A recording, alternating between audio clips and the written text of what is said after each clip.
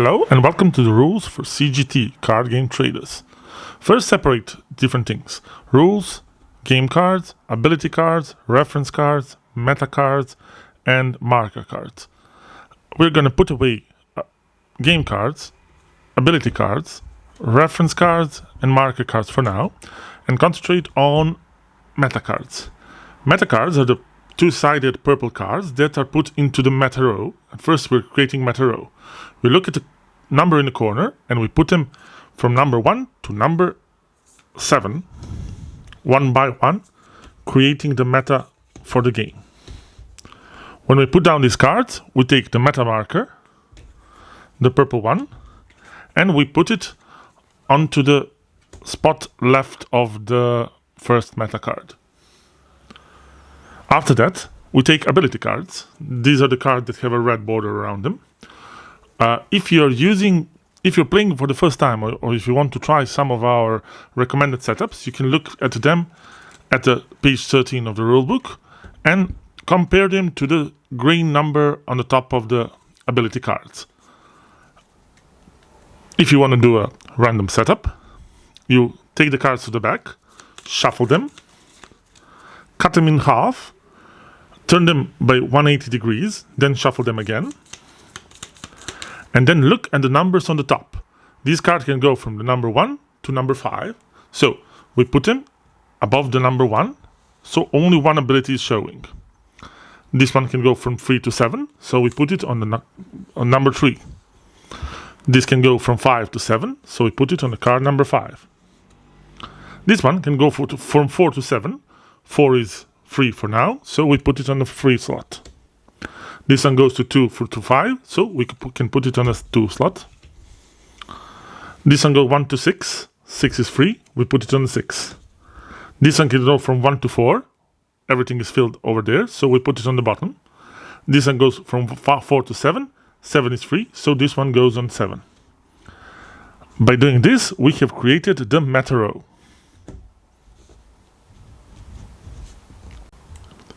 We take the cards and deal them to each player. We will show you setup for 3 and 4 players. A setup for 2 players is a little bit different, and it will be explained later. You take the cards and deal 5 cards to each player. So we would deal 5 cards to player 1, 2, and 3. Then determine who's going to be a first player. First player gets the first player marker, so we're going to put it to the first player's head. Near to the first player, and first player has the negative points in the end of the game. And after that, we take the cards, we put 6 cards above the meta row: 1, 2, 3, 4, 5, and 6. They're creating offer row. We put down offer cards to mark it, and we put the deck on the left of the offer row. Each player looks at the 5 cards in their hand and chooses 2 cards to keep, 1 card to give to the player to the left, 1 card to give to the player to the right, and 1 card to put in the middle. Each player chooses those 3 options. After that, each card from the middle is put into the meta on the respected column, creating the initial setup for the meta. Each player takes their own cards, and the cards that are given to them from the player to the left and from the player to the right. Each player begins with the 4 cards in their hand. For the 2-player game, deal each player 5 cards. So we would deal 5 cards to the player 1, 5 cards to the player 2, and 5 cards to the dummy player. This dummy player is there only for setup and not for the rest of the game. The rest of the setup is almost similar. We take 5 cards, choose which 2 to keep, 1 give to the player to the right, and other give to the dummy player, and the third goes into the meta. After each player has chosen their 2 cards, 1 to give to the player and 1 to give to the dummy, and 1 in the middle, we take the cards given to the dummy player and put them on the bottom of the dummy's pile. Then take 1 card from the dummy player and give one to the player 1 and one to the player 2. Take the cards given to the players. Then take the cards from the middle, put them into the meta. And take one top card of the dummies pile and put it also into the meta. Take the rest of the dummies cards and put them somewhere away. They're removed from the game and they're not used in this game. Give each player a reference card explaining all of the icons, and the game is ready to begin. After that, the game begins, starting with the first player's turn, and follows to the left. But before starting, let me explain the game cards. Everything you see on the game cards is flavor, except for this number and for the picture that separates the card from the other cards. The number shows how many of those cards are in the deck, including the meta card that is in the middle.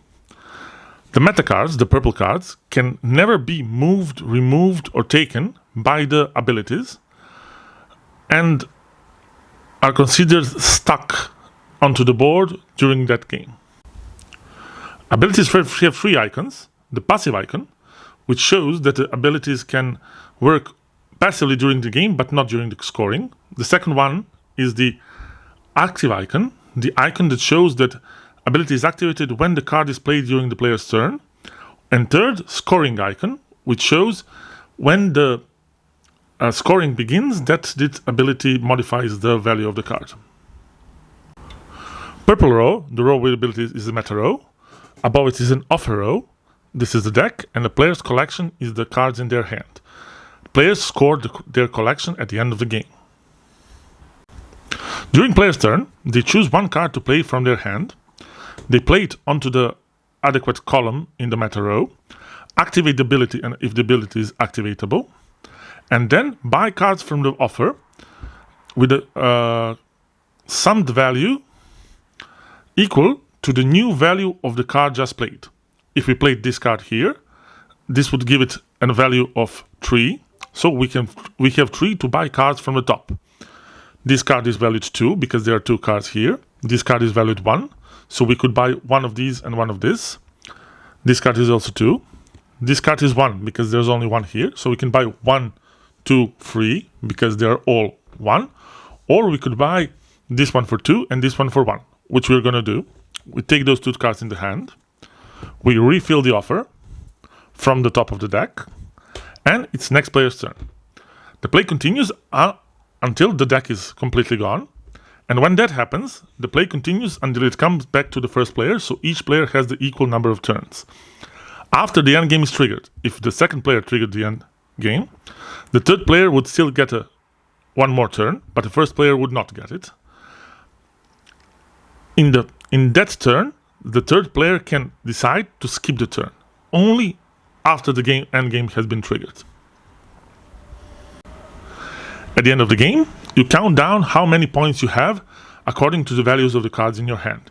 Each card's value is the number of those cards in the meta, modified by the scoring ability of those cards.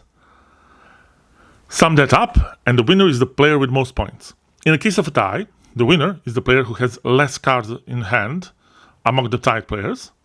And if it's still a tied game, the winner is the player who is furthest away from the player with the first player token.